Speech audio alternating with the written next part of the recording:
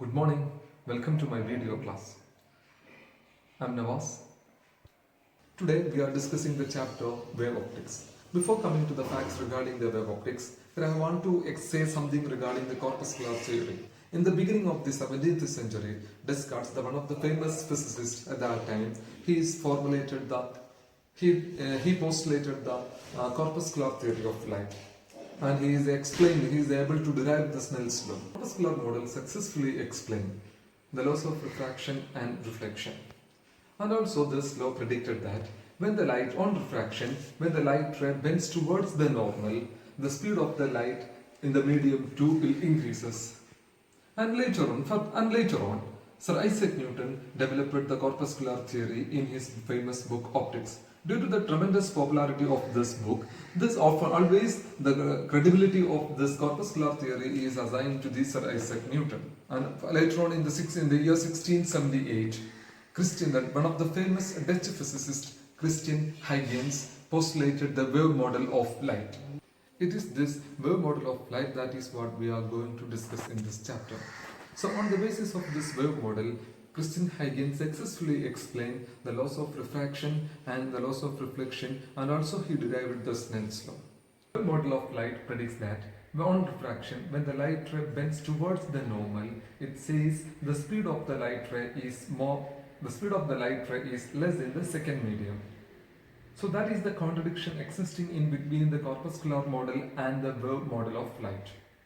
Later on, it was experimentally proved by Foucault when he carried the experiment of refraction when the light ray travels from vacuum to the water. So during that experiment, he is observed that the speed of the light is less in water and more in vacuum. So by that, the contradiction existing in between the corpuscular theory and the wave model. At that time, the wave model is not widely accepted. It is because it is believed that a wave need a medium to propagate, but here the light can travel through the vacuum. Later on, in 1801, Young carried his famous interference experiment, and that phenomena is only explained on the basis of wave model. So that experiment pronounced the importance of this wave model of light, and the further 40 years, a lots of experiment was carried out on the basis of this interference and diffractions, and all these things are explained only on the basis of this wave model of light. But the only difficulties existing at that time is it is believed that a wave need a medium to propagate, but everyone knows the light can travel through the vacuum. So that is the contradiction, or that is the only difficulty existed at that time to accept the wave model of light. This problem was solved when Maxwell put forward the electromagnetic theory of light. At the beginning, we will discuss the original formulation of Huygens' principle, and we will derive the laws of reflection and refraction. In the next section, we will discuss the phenomenon of interference on the basis of superposition principle. And later, we will discuss the phenomenon of diffraction, and we will explain all these on the basis of Huygens' Fresnel principle. Finally, we will discuss the phenomenon of polarization, which is explained on the basis of light is a transverse electromagnetic wave.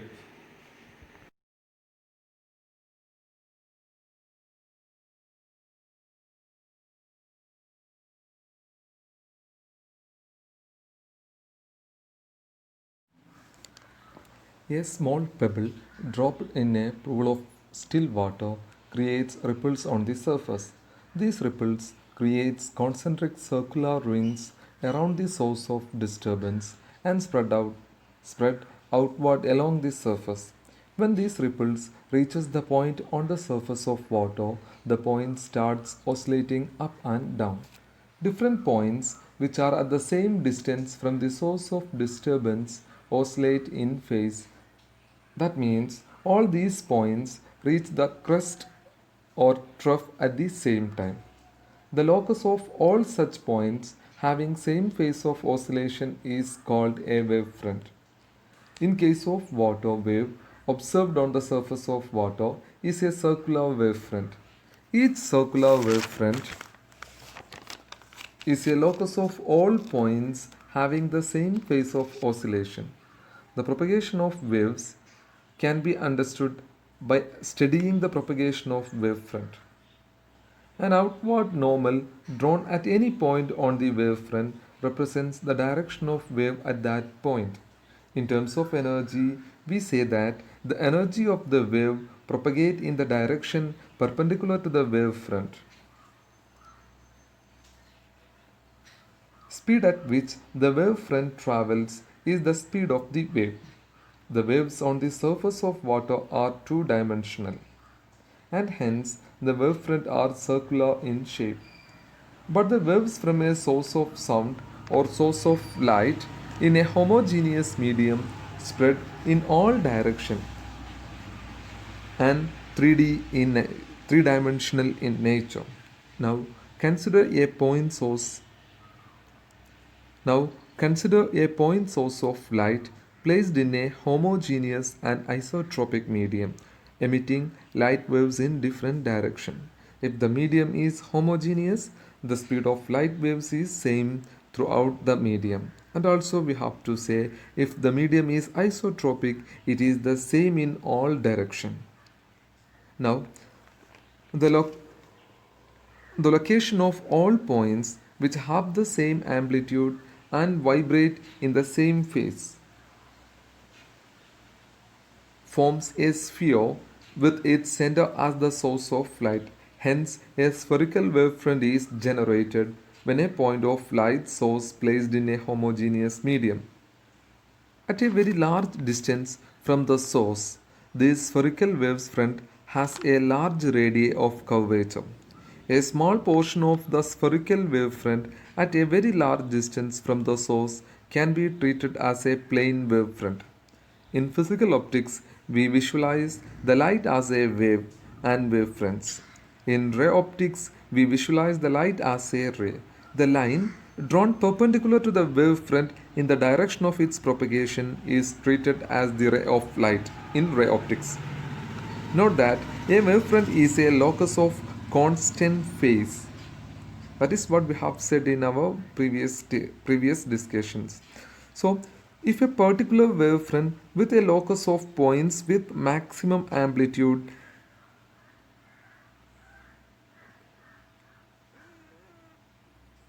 it continues to be like that as it propagates through the medium. Now, if we know the shape of the wavefront at time t is equal to 0, then Huygens principle allows us to determine the shape of the wavefront at a later time. The Huygens principle is essentially a geometrical construction which, given the shape of the wavefront at any time, allows us to determine the shape of the wavefront at a later time. According to Huygens principle, each point of a wavefront is a source of a secondary disturbance and generates spherical secondary wavelets which spread out in all directions with the speed of the wave in that medium. Also it says if a tangential surface common to all these secondary spherical wavefront is drawn, then it gives the new position of the wavefront at a later instant. The surface envelops all the secondary wavelets. To understand Huygens principle, let us now consider a primary wavefront AB propagating through a homogeneous medium. Then according to Huygens principle, each point on AB acts as a source of secondary wavelets. The secondary wavelets emanated from these points are spherical in shape and spread in all directions at a speed equal to the speed of the wave. If the speed of the wave is v, then in time t, the radius of the spherical wavelets become vt. The tangential surface common to all these spheres in the forward direction give the shape and location of the new wavefront after t seconds.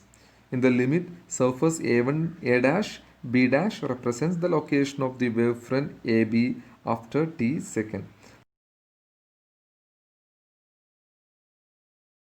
The secondary wavelets must be directed backward as well as the forward from the secondary point sources.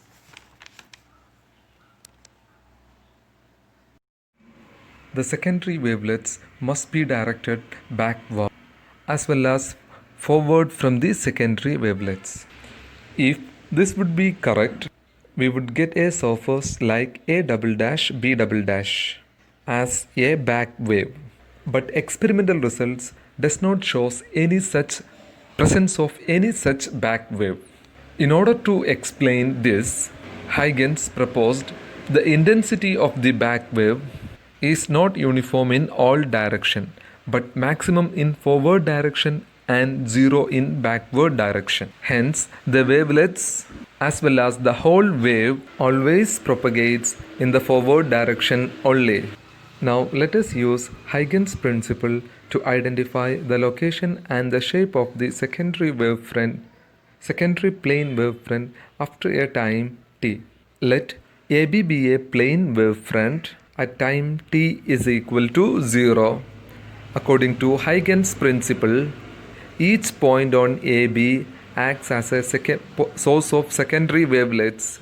The radii of these spheres will be Vt after a time interval t. The plane touching all these small spheres in the forward direction give the shape and location of the secondary wavefront after the time t. When the light waves falls on the interface of two transparent media, the lights get partially refracted and partially reflected. Using the Huygens principle, we can derive the laws of refraction and laws of reflection, and thus we can prove these laws are consistent with wave nature. Let us first consider the refraction of light when it propagates from a rarer medium to a denser medium. Let S dash be the boundary of two transparent medium 1 and medium 2, in which the speeds of light is v1 and v2 respectively. Consider a plane wavefront AB in medium 1 that is propagating towards the interface S dash. A normal to the wavefront in the direction of propagation gives the direction of wave. Let A dash A be the direction of propagation of the wavefront AB in the medium 1. If I is the angle between the wavefront AB in the medium 1 with the interface S dash, then the angle of incidence is also equal to I. Assume at time t is equal to 0, only the point A in the wavefront AB is in touch with the interface S dash. The shape and the location of the wavefront at any subsequent instant of time can be found by constructing the secondary wavelet, since the point A on the interface S dash, part of the secondary wavelets originating from this point refracts into medium 2 and a part reflected back into the medium 1. If reflection at the interfaces neglected, hence spherical wavefront from the point A propagate into the medium 2. As the wavefront moves from the medium 1 to medium 2, different points on the wavefront are incident on the interface S dash at different instant of time. If the point B incident on the interface after the time t, then BC is equal to V1t. Since the speed of light in medium 2 is v2, during the same period, the secondary wavelet generated at the point A at time t equal to 0 will have formed a hemisphere of radius v2t. Secondary wavelets from the different points on the interface forms hemispheres of different radii of medium 2.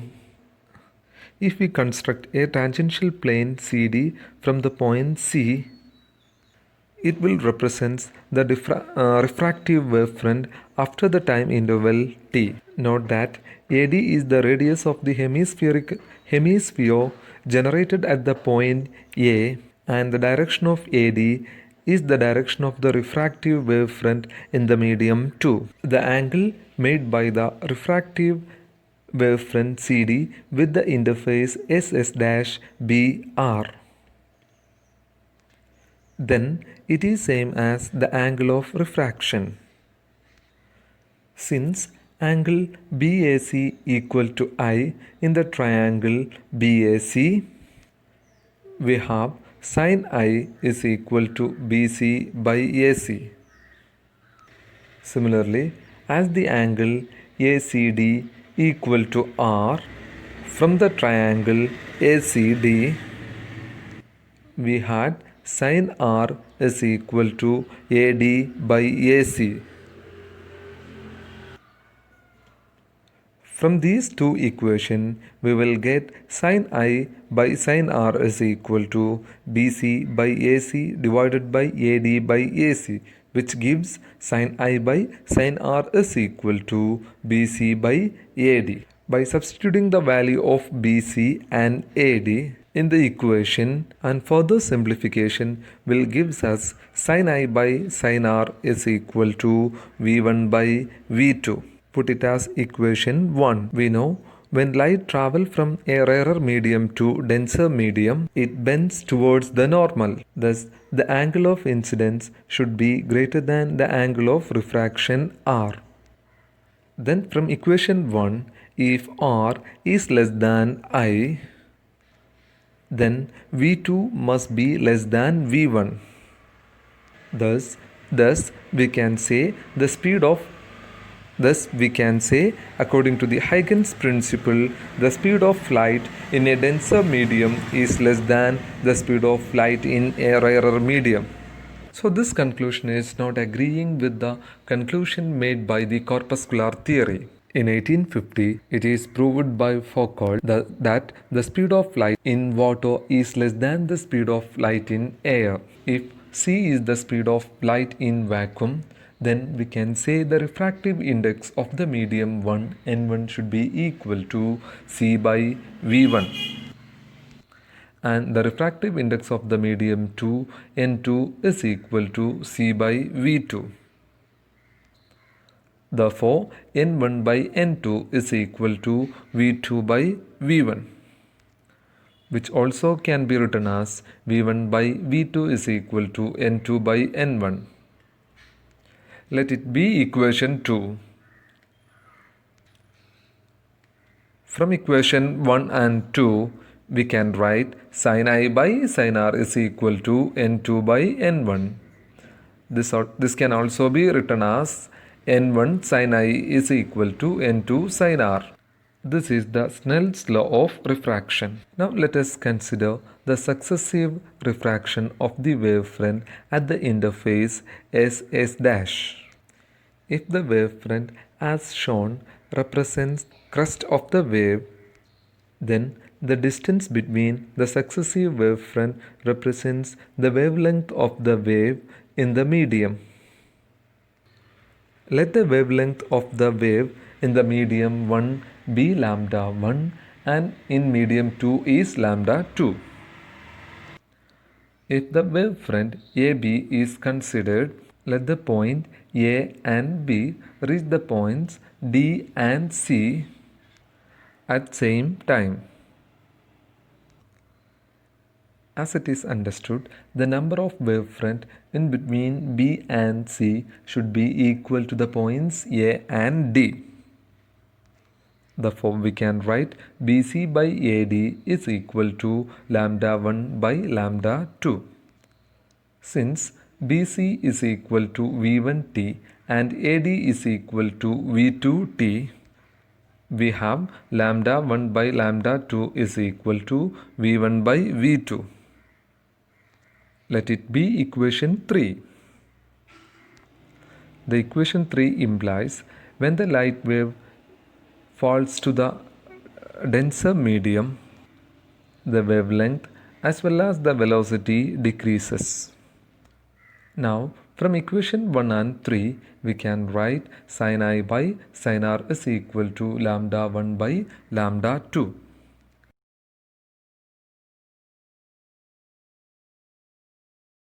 Now let us consider the light is traveling from denser medium to the rarer medium.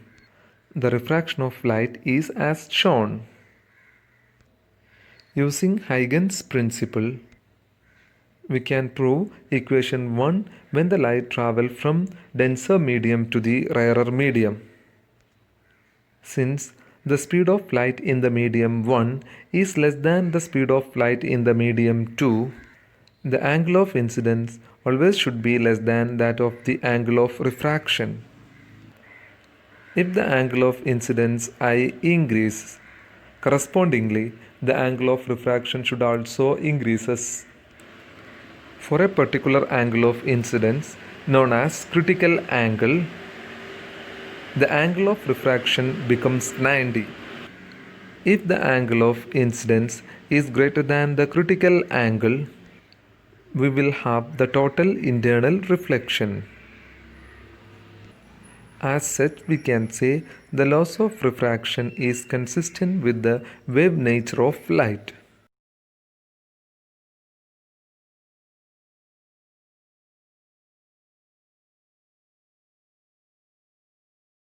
By this, we have concluded the first part of this chapter. See you soon with the topic reflection of a plane wave by a plane surface. All of you stay safe at home. Wear a mask, use sanitizer and keep social distancing whenever you go outside. Thank you.